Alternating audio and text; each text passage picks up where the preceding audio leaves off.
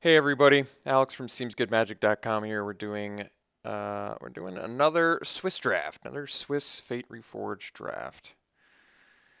And what have we got? We've got Shu Yun, who's fine. I've played with him a couple times. We've got not too much else. Avon Surveyor, Will of the Naga. I guess probably just take the Shu Yun. Nothing incredible. I'm actually tempted to take the Surveyor over it because it's got flying and it bounces. It's a really good tempo card. But I think I'd take the rare just because it's cheaper. Yeah, I guess I'm alright with that. I mean, it's a rare. It's kind of a rare-driven format. Wow, past the Crux of Fate. Well, I'm going to pick that. Can't think of anything I'd take over that. It is a board wipe, after all. Maybe I play a dragon deck, and then I destroy all non-dragons. That would be cool. Okay, well, we're just going to take the best card here. Otherwise, I'd probably take the Surveyor follow-up pick and play a kind of tempo-driven prowess Jeskai deck or something, something within those colors. But yeah, we're just going to take a board wipe because board wipes are rare and quite good. Okay, best card in this pack. Best card in the pack is probably the Douse and Gloom, so I probably just take it. Second best pick in the pack is probably Heel Cutter. And then maybe right into being an honors reward around the same power level. But yeah, let's take the Douse and Gloom. I like it. Okay, best pick in this pack. Well, probably the Grim Contest or the Hungering Yeti, maybe. I like Dragon Bell Monk too. I think I'm just going to take the Grim Contest. We'll see if it pans out for us. I don't have to play Shu Yun anymore either, which is kind of nice. But yeah, I think Grim Contest has the highest upside. Instant speed, weird way of fighting. You can't even call it fighting because it's not. It's toughness. So instant speed, sort of fighting. Yeah, for now, I guess we're just picking up the best cards. I've been criticized quite a bit recently on committing to like my first pick. But this time around, I'd say I'm really not. Yeah, especially if I go Sultai, because then I can't even use the double strike clause of that. Kind of tempted to just follow up with another Grim Contest. Still like the card. Otherwise, I think it's the best card in this remaining in this pack too. I don't think I'm evaluating Grim Contest too high either. Instant speed fight is quite good. Instant speed toughness fight can also be really good too in a weird way. Nothing else really that close. Feral Krushak's a fine card, but I feel like fatties are easy enough to pick up. All right, so choices now. The two uncommons and the Inoc Guide are certainly worthy choices. I've played Battlefront Krushak before. I think it's good. Inoc Guide is nice because it's a bear that gets a counter, which would be good if we end up Abzan. The counters can really be huge if you end up in Outlast colors. Krushak clearly works better with our Grim Contests, but it's also a 5-drop. And Karsi High Priest is a fine card as well. I actually liked it quite a bit when I played it in the last one. I think I'm going to go with the Guide.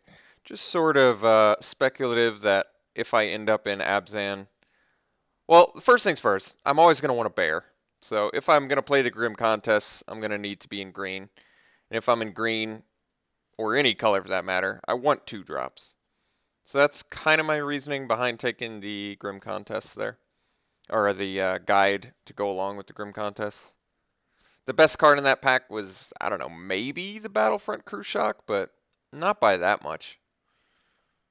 Map the Wastes versus, I don't know, Ethereal Ambush maybe. I think I'm gonna go Map the Wastes. I don't actually like it all that much, but I could end up liking it. But now I waited too long and it moved everything. Okay. So pick now. It's a pretty late Mind Scour Dragon. Goes well with our Crux of Fate. Could see that.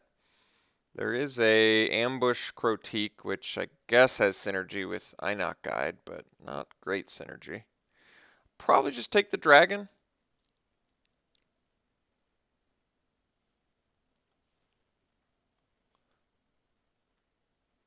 Okay. Very late Will the Naga, which I think is quite good. Nothing else in here is standing out as too outrageously good. I actually do like the Will the Naga, especially if we end up in Sultai. So I think I'm going to go with that pick. Second Will the Naga, interesting. Well, there's a Blossoming Sands if I want to go into Abzan. Haven't seen too much white, I think, but I don't think I need a second Will the Naga either. I'm already like on the fence of whether I'm in blue. I still kind of want to be in Abzan. I mean, it is a late Will the Naga, but double Will the Naga, I mean, I'm not opposed to it. I think I'm just going to take the Blossoming Sands, though. All right, Honor's Reward came back. That's kind of a good sign. I think I'm going to take that here. So I'm still kind of trying to figure out where exactly I'm at.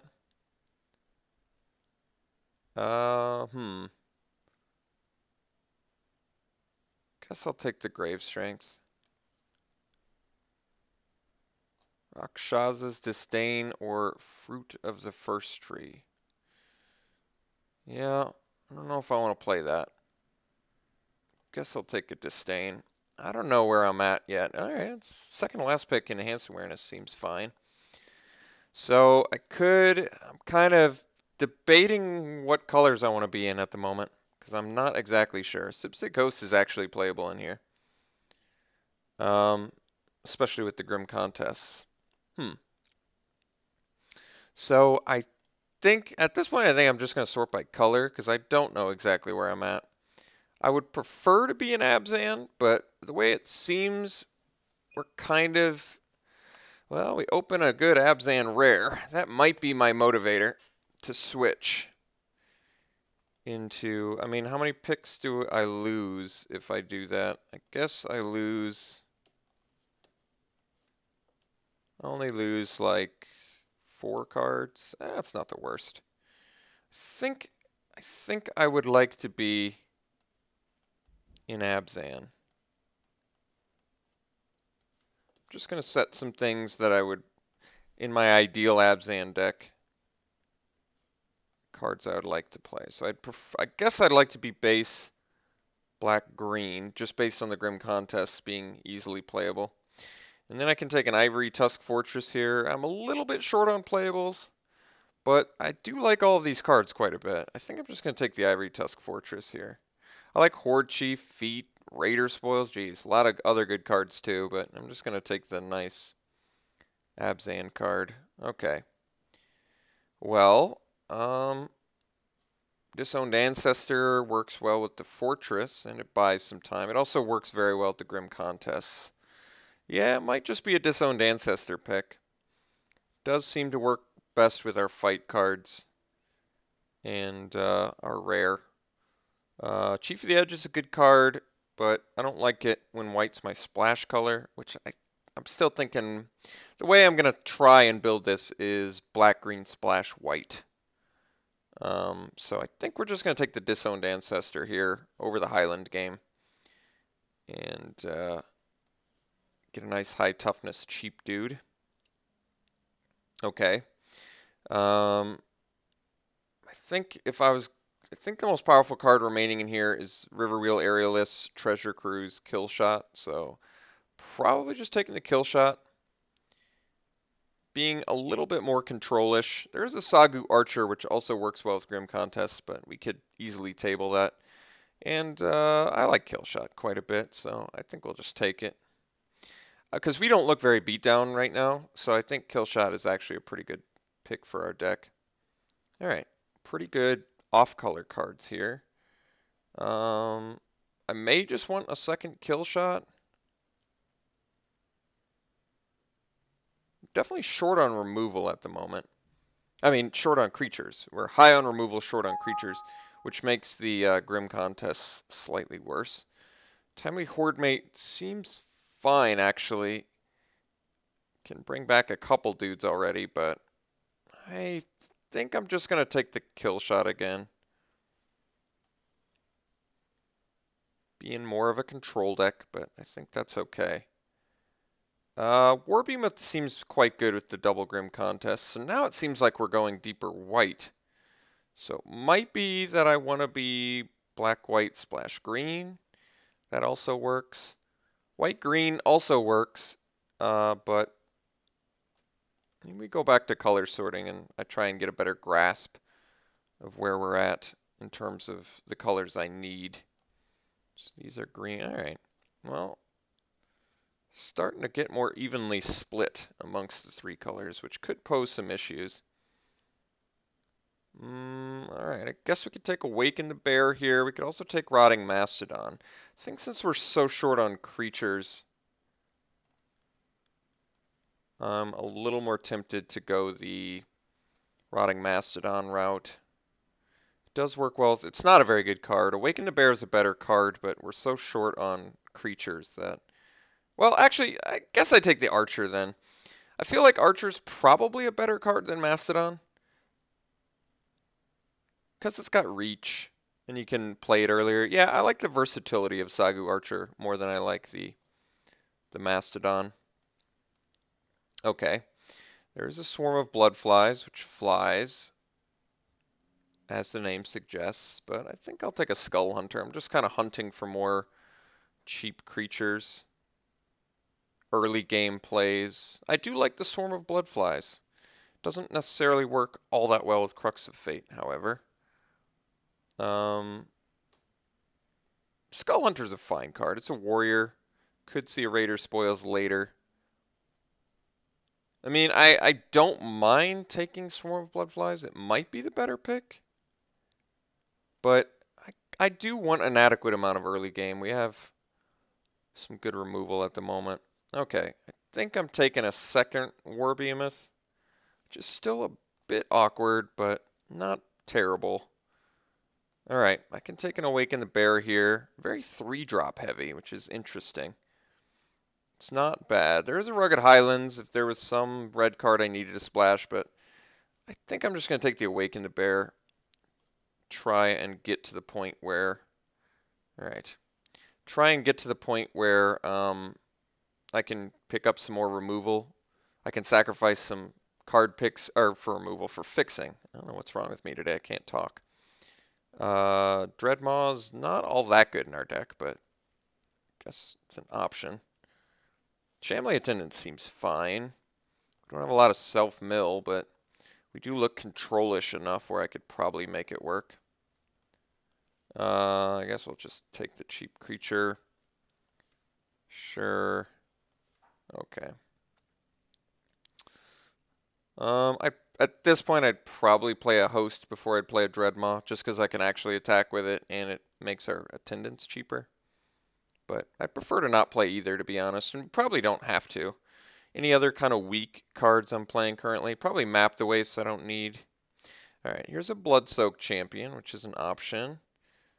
I'm going to sort by color again, now that I know I'm super 3-drop heavy. Damn, we are just... really uncomfortable mix of 3 colors at the moment. I think I'm just going to slam the Sandstep Citadel. I mean, granted, it's a nice 1-drop beater, but we're certainly not a beatdown deck, so let's just get the Fixer. I think this deck needs it above all else, to be honest. We're only a few picks away from an actual deck, so I think Sandstep Citadel is an appropriate pick here.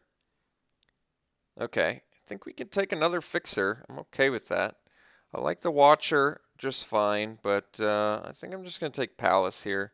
There's a Parapet as well, which My last deck was lacking, especially with Double Grim Contest. I could see the argument for a Parapet, but how badly do I need the fixing? I feel like I need the fixing pretty badly. I think we're kind of in a position where if I don't get fixing, we're such an even split that it could really cost me in the end. I don't know the chances of tabling the Parapet, but I can tell you that there's a 0% chance of tabling the Opulent Palace, which does fix for some colors. I'm going to take the fixing. It's a tough pick. Okay, Bitter Revelation's an option, but I think we're just going to take the Abzan Guide. There's a Raider Spoils as well. We have 1, 2, 2 Warriors. Yeah, I would say that's not enough. So we're going to take the Abzan Guide, which does seem good most of the time. Still pretty short on creatures. Currently at 9. I usually like to have a deck that's got minimum, I don't know, 15, I guess, but I don't know if that's just going to happen. Probably take the second Disowned Ancestor here. I actually like Dead Drop, but our deck doesn't have a shortage of removal, and Disowned Ancestor is something to do early to buy us time. I think I feel like we could get away with 17 lands at this point with the deck too, since we're just, I mean, if you spread out where we're going to end up getting full value off of these guys, I guess. It's more like this, but that's still relatively 3-drop heavy, and we have Map the Waste. Yeah, I think we could pretty easily get away with 17 lands. This is the second Villainous Wealth we've seen. That's kind of worrisome. Well, let's take the Ancestor here. I'm okay with that. All right, Windstorm is a good sideboard card. Other than that, there's pretty much just a Scout the Borders, which our deck doesn't really need. So I think I'm just going to take the Windstorm for sideboard, which is fine. Armament Core is quite strong. I think we're likely just taking that. Granted, it's another 5-drop, but Armament Core is quite strong. Wish we'd gotten some more Outlast stuff, I think. But there is also a Mandrills and Rite of the Serpent and a Bitter Revelation, but none of them are really that close, I think, to Armament Core, which is just a very nice, strong card. All right, I actually think Salt Road Patrol is pretty good in this deck. There's a Dazzling Ramparts as well, but we don't currently have a 4-drop. We're on the hunt for more creatures. This has Outlast, which works well with Ivory Tusk Fortress. It also works well with Double Grim Contest. There's just really a lot of synergistic upsides to nabbing the Salt Road Patrol here, I think. Okay, Incremental Growth is yet another 5-drop spell, but it is quite strong. And remember, a lot of these are morphs, so I guess I can take it. I think it's going to be tough to play in a low creature count deck, though, so I'm not entirely convinced that's going to end up making the cut. Alright, I could take a second Shambling Attendance. I may just want the Gurmag Swiftwing. I do have a Map the Waste, which works well with it, and an Honors Reward. That might actually be enough motivation there. So what would be my cut? Probably, I guess, an Awaken the Bear can go. I don't need 2 of them. So, alright, let's take a Swiftwing. You know, I very seldom play this card, but I actually think it's okay. I don't have any huge issues with it one way or the other. I don't think I need a Molting Snakeskin, but it does play well with the Swiftwing. I guess that actually plays reasonably well with Ancestor too. 2/4 Regenerate. Not terrible. Alright, I think I just take a Lamassu. I may actually play it over the Attendance. Alright, Raider Spoils tabled. I'm definitely taking it. It's just a matter of whether I'm playing it. Remember, you don't need Warriors to make it work. It's actually a little bit of a nombo with Grim Contest since you don't get any perks out of the power boost. Siegecraft, however, works pretty well with Grim Contest. Could see that being an option. All right, we'll take the cheap creature. Tusk Colossadon. You know, that might actually be, out of my 3 top end, the one I'm most behind. It is the most color intensive, I guess, but maybe I play all 3. Who knows? I got to figure out some plays and what I'm cutting here.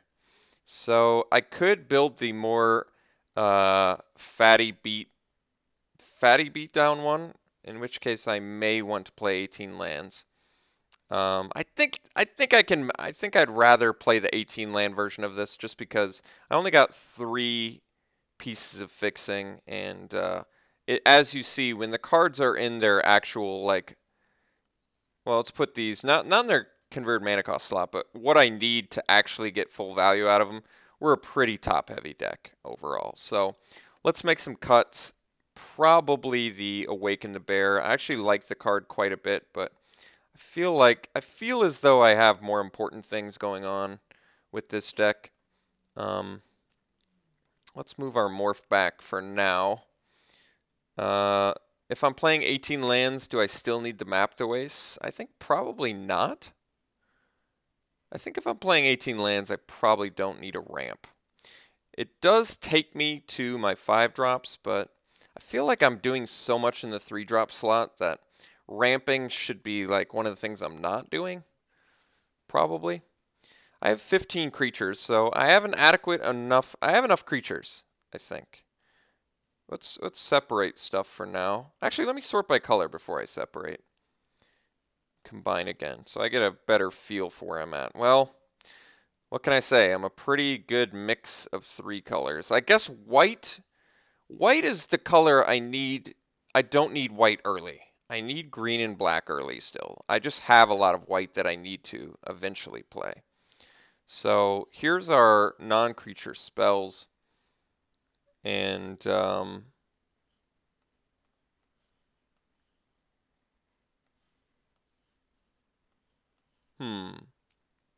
I do think I'm going to play 18 lands.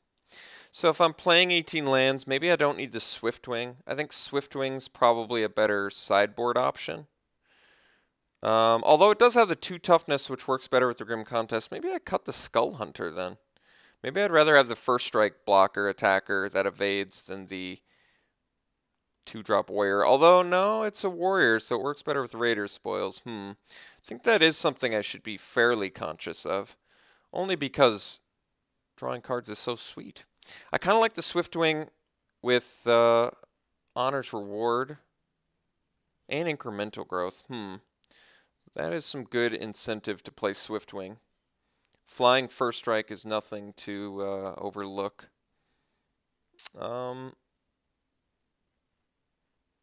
If I was going to cut any of these creatures, which would I cut? Probably the Shambling Attendants. I don't really have a lot of cheap means to make it cheaper than 8. I don't have a lot of ways to delve, so maybe we cut the Attendants. So I'm willing to go to 14 creatures. Granted, Lamasu's not insane, but it's a reasonable finisher. Alternatively, I can go to 13 creatures, but I'm not super sold on that. But then again, I don't really want to cut any of my removal. I don't really want to cut Honor's Reward either. It's a nice way to get back into a game, and it's a combat trick. I don't get rewards for a lot of +1 counters in my deck. It's really just Ivory Tusk Fortress rewards me. There's no like Outlast effects that really help this deck, which is also interesting. I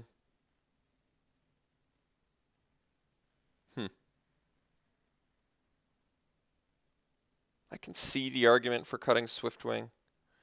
I would have liked the Parapet, but then I would have missed out on my, I believe, Opulent Palace, which I'm pretty happy I have right now, considering we're a pretty good mix of the 3 colors. I am ultimately happy with the cards we have, though. Ivory Tusk Fortress and Crux of Fate are quite strong. 2 very strong cards, and our creatures look pretty adequate for finishing the job. So I really do have to come up with one more cut. I'm really leaning on Skull Hunter and Swiftwing. I mean, it does take away from my early game, but I'm just not sure.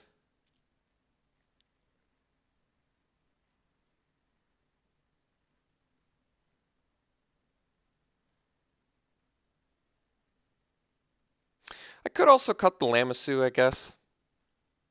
Be a slightly... See, the problem with cutting Lamassu is I go to 13 creatures with an incremental growth and Raider Spoils in my deck. It really does make these cards significantly worse. I think I almost just want to take out incremental growth.